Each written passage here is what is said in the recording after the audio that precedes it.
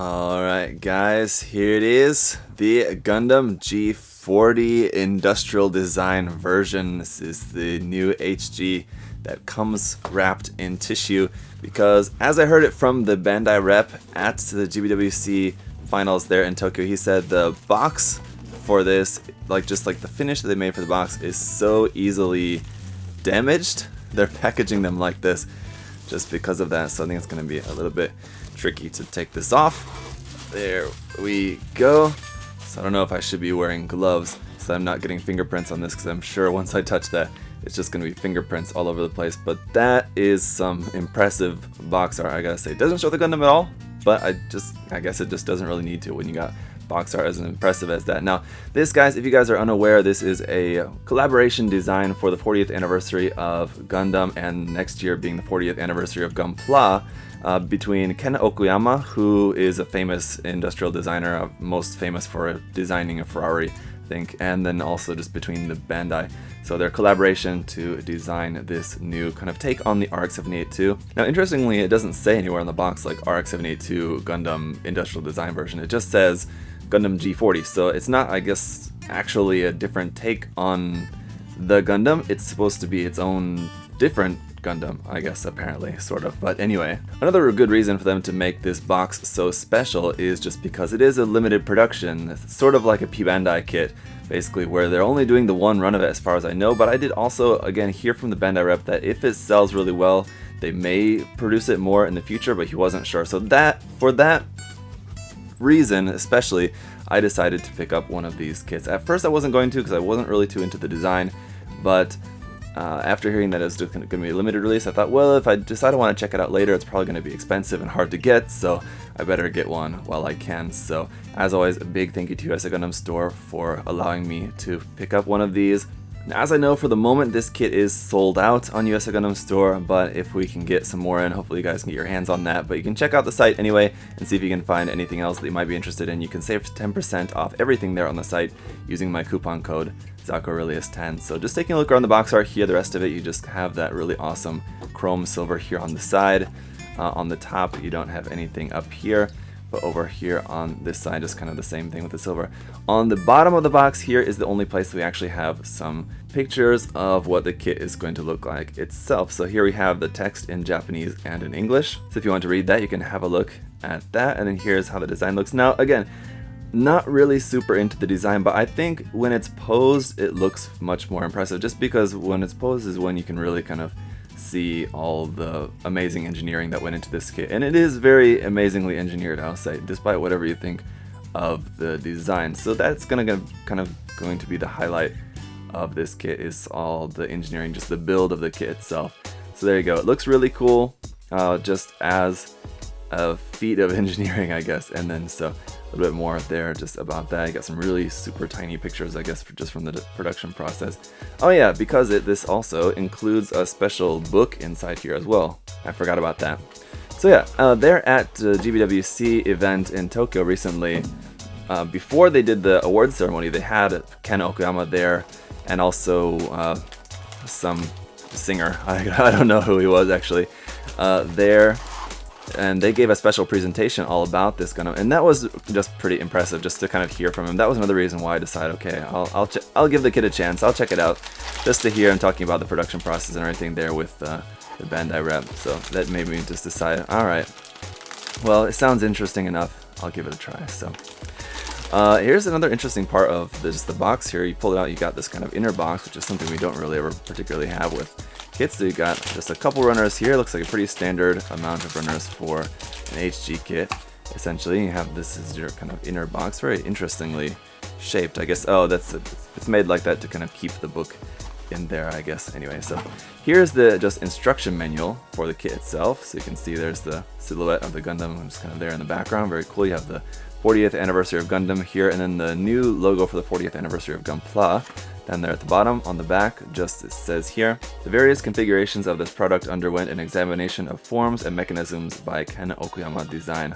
Alright, there you go. So it looks like we're going to have It's all in a fold-out style manual, color on one side and black and white on the other. So our parts list is here in color. That is all there, and you can see we're going to have the A, B1, B2, and 2 times of the C runner. So relatively simple in terms of just the number of runners there, but there are going to be a lot of parts going into that, and as you can see, just the construction is going to be relatively complex for essentially a high-grade RX 782 Gundam, just because of the improved engineering of it. So that all just goes through the construction there, and then just a little bit about, oh my gosh, you have to use the fork adapter to put this onto an action base. That is so dumb. They didn't make just a regular peg hole to be able to plug this onto an action base, just a normal peg 3mm hole action base. That is so stupid. I get that they were like going for like making it like a design, maybe Ken didn't want to interrupt his design by just putting a hole in the bottom of it, but come on, these adapters are not very good. So here in the display you can see it's using the other different kind of action base adapter, the one that just kind of grabs around the waist of the Gundam. So stupid! Why didn't they make that? Okay, that's really dumb. That is disappointing. Let's get a look at the manual here, or the book that is included here with this. And hopefully this is all in Japanese and in English, all the text in here. But let us find out. So this looks pretty awesome. Alright, opening it up here, we'll just kind of make our way through this. So there's kind of Okuyama design, there's the dude there, and the Bandai Hobby Center. So it's just the collaboration there. For inheritance and evolution, so you just got a big picture of the Gundam, and I'll just zoom in on. I'm not going to read the text out loud to you guys. You can pause the video and read the text if you want. It's very tiny, so I'll give it to you as best I can. Alright, and then, oh my gosh, there's a ton of really tiny text in here, so okay, I'll do my best. A world-famous designer takes on the origins of Gundam. So there's kind of Okuyama again, and you can see just a little bit about these cars. And I'll just scan the text here for you guys. You can read that if you're interested. It seems like basically kind of a lot of the same stuff that he said in the event there at GBWC. And over here is just another senior designer at Ken Okuyama Design, I guess just at his design firm, just a different guy here. There's a little interview or just thing from him here as well, so you guys can read through that. And so, there you go. Alright, next page, another really cool image here. This is a common image that they're using a lot for promoting this kit. Definitely a little bit strange design here with the foot separating into 3 parts like that. It's a bit odd. I'm not sure how I feel about that. Over here, determining the direction of the project and challenging new CG explorations. Alright, so here is some text from Ko Matsuo, who is a director, film director here. So you can see his thoughts on that. Okay, moving on. Here we have a couple of Bandai people here. From the planning and marketing team at Bandai, Yusuke Moroka, and from the development and design team, Shinta Iwaya. Unfortunately, this long text like this is going to be a little bit harder to show you because I can't exactly keep scrolling back and forth and back and forth, back and forth like that. So gonna be a little bit tricky for you guys to read if you're interested, but I'll at least do my best to show that to you guys.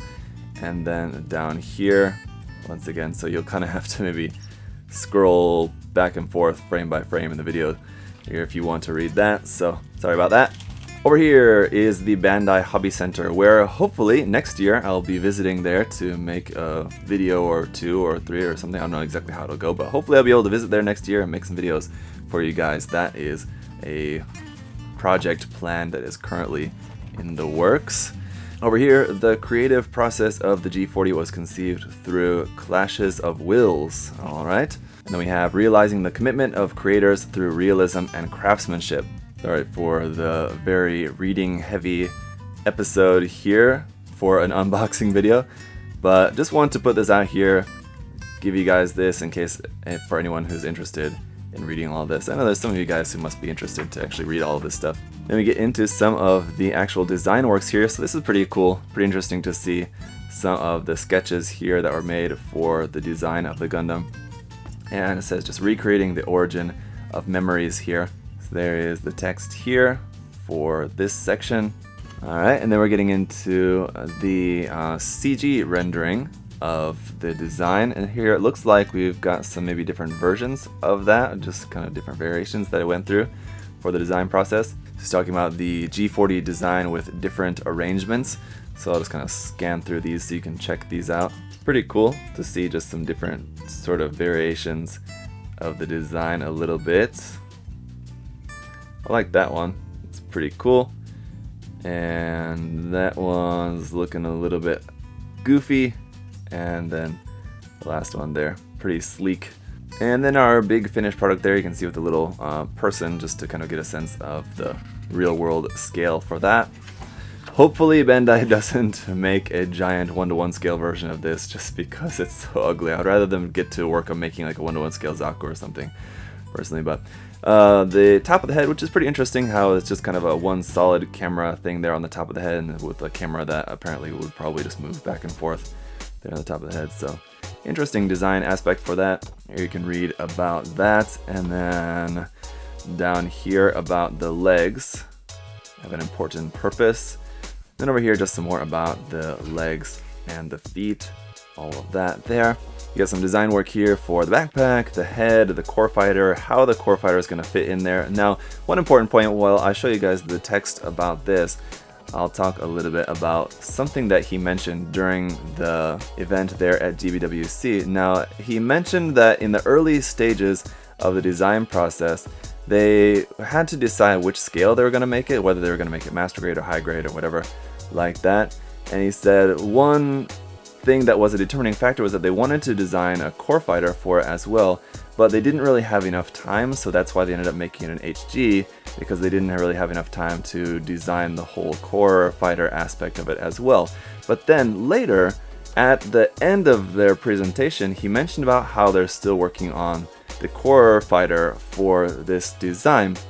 And so that led me to believe that I think they're probably planning a master grade version of this as well, and the reason for that would be that's why they're continuing to work on the core fighter. If this was done at the HG stage like that, they wouldn't really need to keep working on the core fighter. Bandai wouldn't need to keep paying this guy money to keep working on design work if the kit is already done and dusted.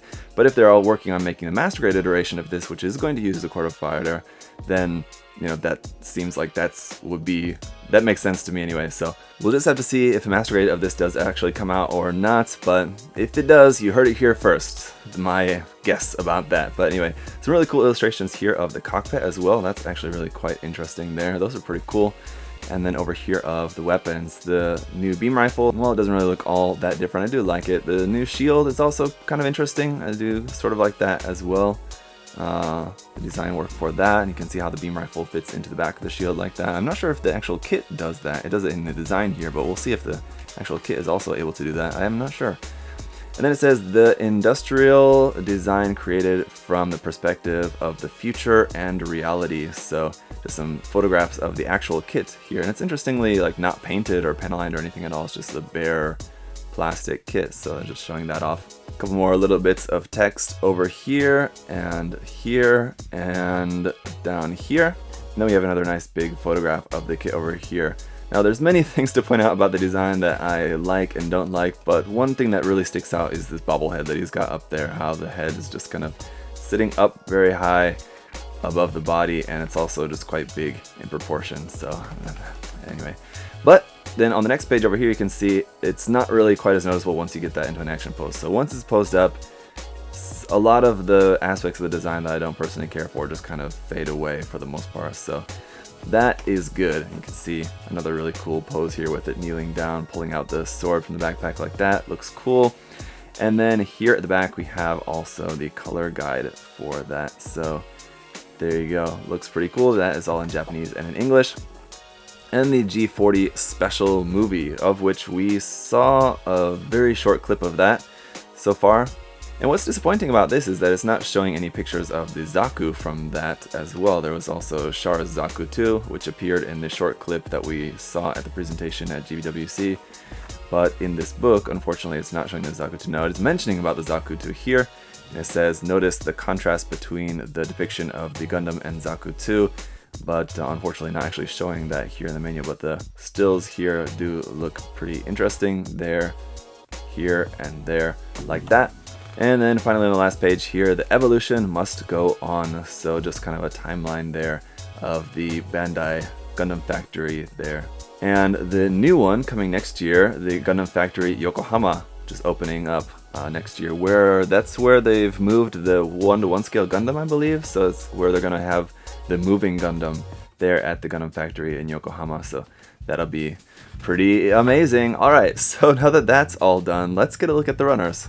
And by the way, when you put the book in there with the insert, it fits into there like so, and that's really satisfying.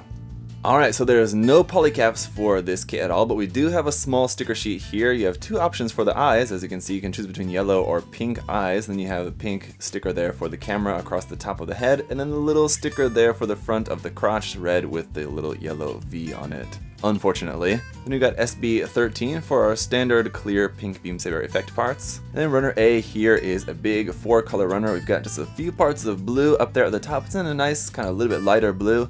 There's a little bit standard yellow down there, and then some standard red over on the side, and then some very dark navy gray kind of color there for some of the parts there all throughout the middle.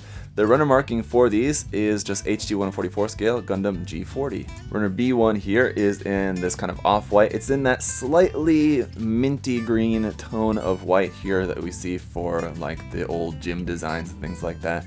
So there's just going to be some of the white armor parts. Then we have runner B2, which as you can see is taken from this section here. Runner B2 is just a few parts here, like for hands, it looks like basically. And this is in a slightly bluish gray color, interestingly. And then we've got runner C for the rest of our white parts for the kit, and we got 2 of this C runner. So that's going to be it for the unboxing, guys. No matter what you think of the design, love it or hate it or whatever, you gotta admit that it definitely looks very interestingly designed. I mean, you can tell just the engineering and the design work that went into this Gundam are, you know, very unique. I don't want to say great, because again, that's just kind of up to your own personal taste whether you really like it or not.